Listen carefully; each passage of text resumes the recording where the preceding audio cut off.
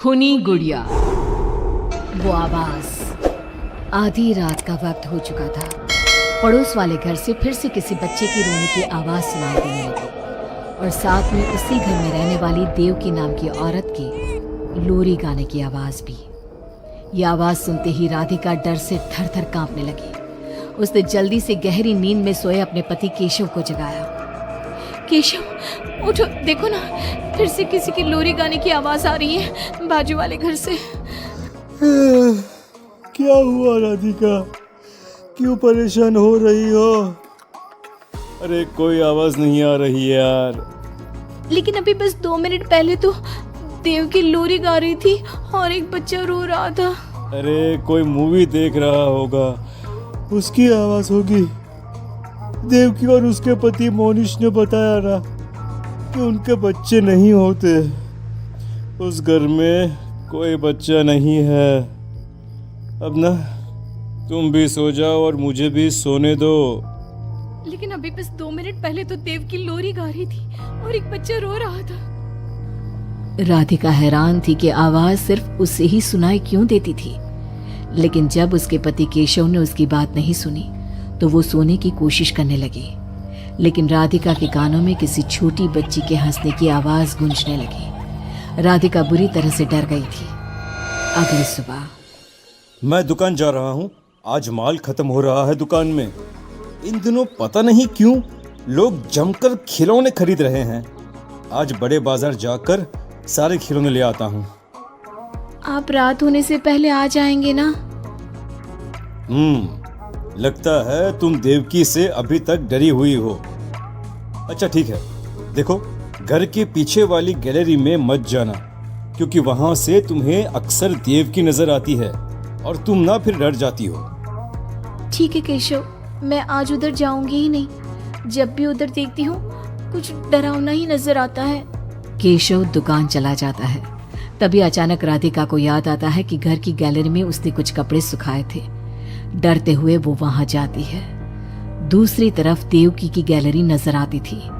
राधिका जैसे ही कपड़े लेकर वापस आने को पलटती है, उसकी नजर सामने देवकी की गैलरी में पड़ी। वहां एक 4 साल की बच्ची खड़ी होकर उसे घूर रही थी।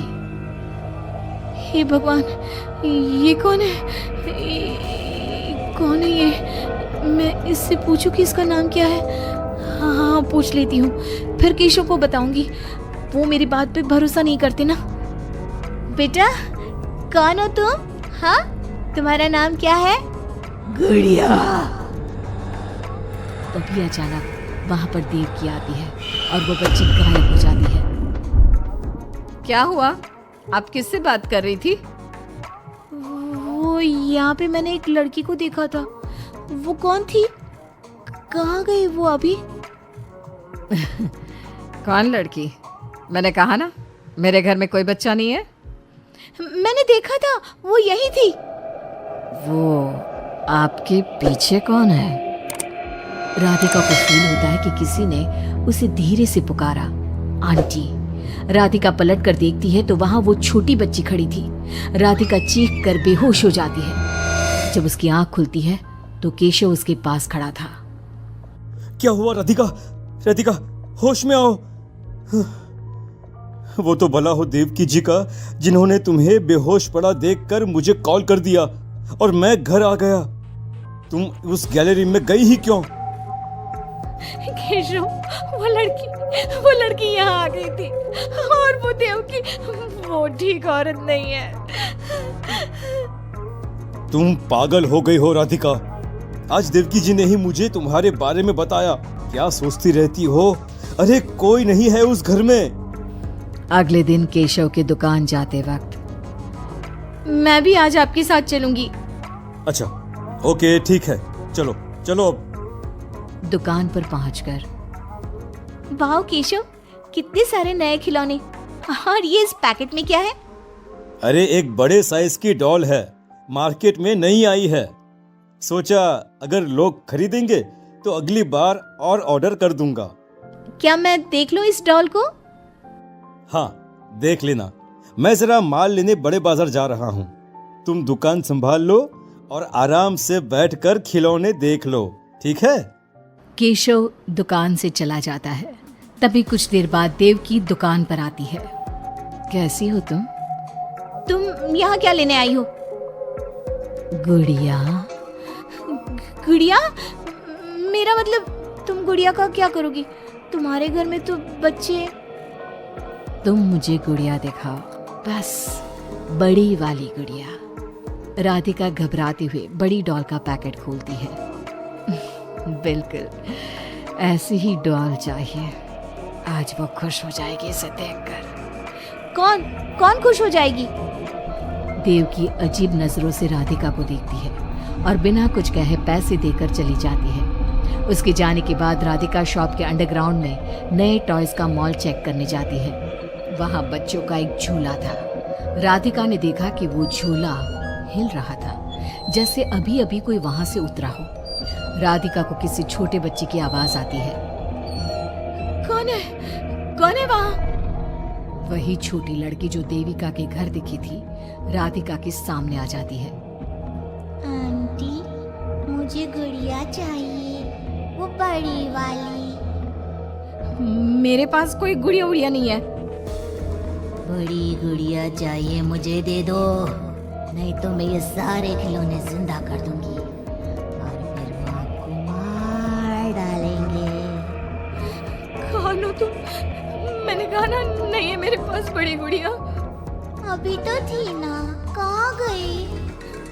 वो देवकी ले गई अपने साथ। अभी जाओ और मेरी गुड़िया लेकर आओ, वरना। उस छोटी लड़की के नाखून बड़े हो जाते हैं और पैर उल्टे। वो बहुत ही खौफनाक दिखने लगती है। नहीं देखो, मैं अभी जाकर तुम्हारी गुड़िया लाती हूँ। तुम यहीं रुको। नहीं, मैं तुम्हारे साथ चलूंगी, कहीं तुम भाग गई तो। राधिका शॉप से निकलकर तेज स्पीड में सड़क पे चलने लगती है। उसने पलट के देखा तो वो लड़की साए की तरह उसका पीछा कर रही थी। राधिका देवकी के घर पहुंचती है। दरवाजा खुला था। राधिका अंदर गई, वहां कोई नजर नहीं आया, बस सामने वो गुड़िया रखी थी। राधिका चुपचाप गुड़िया को उठा के वहां से आने लगती है। पीछे से आवाज आती है। रुको, ये क्या कर रही हो? मेरी गुड़िया कहाँ ले जा रही हो? देखो देवकी, ये गुड़िया मुझे ले जाने दो, वरना वो लड़की। तो उसने तुम्हें डराया? उसे तो मैं बुलाती हूँ। गुड़िया, जरा यहाँ आना बेटा। मम्मा, क्या हुआ? मेरी लाडो गुड़िया को बहुत पसंद है। देखो ना, 10 साल की हो गई, अब तक डॉल से खेलती है। ये तो वही लड़की है, और ये 10 साल की नहीं 5 साल की है। हाँ, लेकिन जब उस कार एक्सीडेंट में मर गई तब 5 की थी, अब तो 10 की हो गई है ना।